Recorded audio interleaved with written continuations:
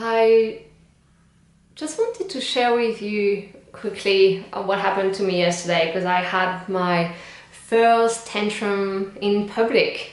Well, not me, my baby had her first tantrum in public.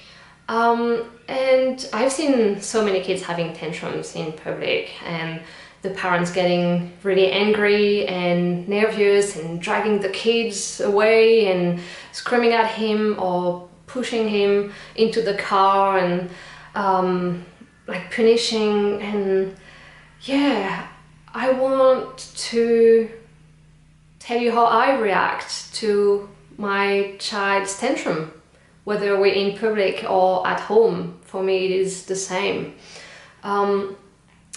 So what happened is that after playing for a while at the beach, she wanted to have some booby milk. And so she asked, boom, boom, boom, boom, she asked like that. And I told her, yeah, we can do booby, but I'm gonna change you first because you're all wet and I don't want to get wet. And she's like, no, no, no, no. I'm like, all right, well, you tell me when you're ready, my darling, but I don't want to get wet. Cuddling you like that. And she's like, no, no. And she asked again, booby. And I'm like, yeah, we can do booby. I just take your pants off quickly. And she's like, no, no, no, no. And that goes like that for 5-10 minutes. And I could definitely avoid that tantrum by saying, all right, come here and I'm gonna get wet. But then I'm gonna be annoyed by that, and I feel it's not respecting my own needs of not being wet. So I stay strong. This is my needs, and her need is to have boobies. So we can do both. We can have boobies and being dry, right? We just need to change the pants and the shirt quickly. So I keep saying, yeah, we can do booby, but we take the pants off.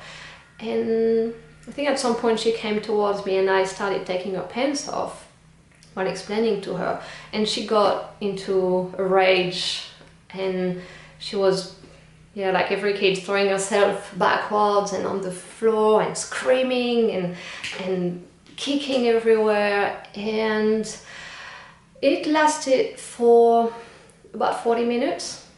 She was so loud that I'm sure they could hear her on the other side of the river in the campground. But you know what? I didn't want to stop her, and I think I could not stop her. I could probably have forced her and dragged her somewhere and go to the car or whatever, which was quite far away. But like, I don't care if it's bothering other people, sorry to say that, but I see a tantrum as my baby expressing her frustration or her anger.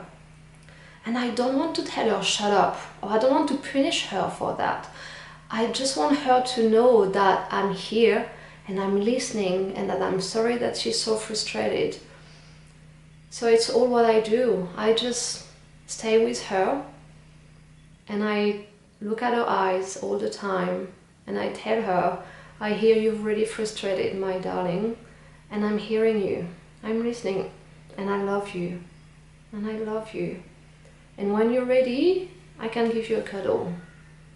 And so she's like, no, no, no, no, and screaming and kicking and escape a little bit. So I let her go, but I follow her because I know that it's what she wants. She wants me to be with her, even if she's expressing the opposite. The underlying message is mommy, stay with me. I'm having a really hard time right now and I need your support.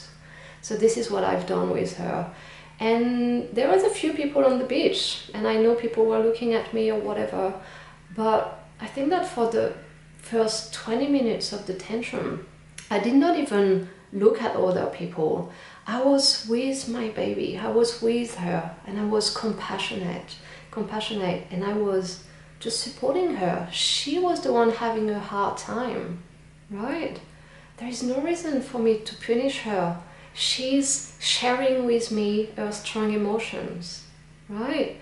Like, I could imagine if I were trying to tell my best friend how bad I felt about something that happened to me, and she would tell me, oh, just shut up, or have some cake, or no, you're right, come on, you're right, just let's talk about something else. I would be pretty frustrated if I'm trying to share my emotion with her. And I think that our babies, by having tantrum, are just doing that. They're expressing to us how frustrated they are, how angry they are, how overwhelmed they are by the day they had, by the week they had. And I think it's so important that we listen to them. Because if I'm not listening to her, at some point she's going to stop sharing those emotions.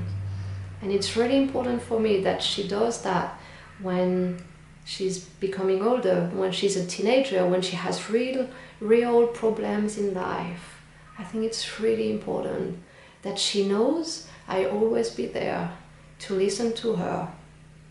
I'll always be there to hear her suffering, her frustration, and her joy and happiness as well. So I never shut up. I never shut her. I'm always there. And I was actually with another 2 moms there, and they thanked me.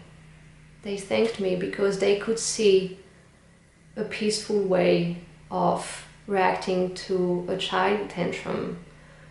I was really relaxed and compassionate, and they're like, wow, this is how it looks like, right? There's no struggle, and the baby feels supported. And she eventually stopped screaming after, it seemed like 30-40 minutes. It's a long time, but it's what she needed to get out to feel happier and relaxed. And when she was ready, she just walked towards me, gave me a big hug, and then I asked her, do you want some boobie now? And she's like, yeah, okay, I'm gonna change your shirt. And she just let me change her shirt and have the boob. It shows me as well that taking the shirt off or the pants off were not the initial problem. They were just a trigger for her to start crying about all the overwhelm she had in the past and all the frustration she had in the past few days. Because once she was done expressing all that anger and frustration, there was no problem to take the shirt off or the pants off and have boob then. So that's all. I just wanted to share that with you. Thank you.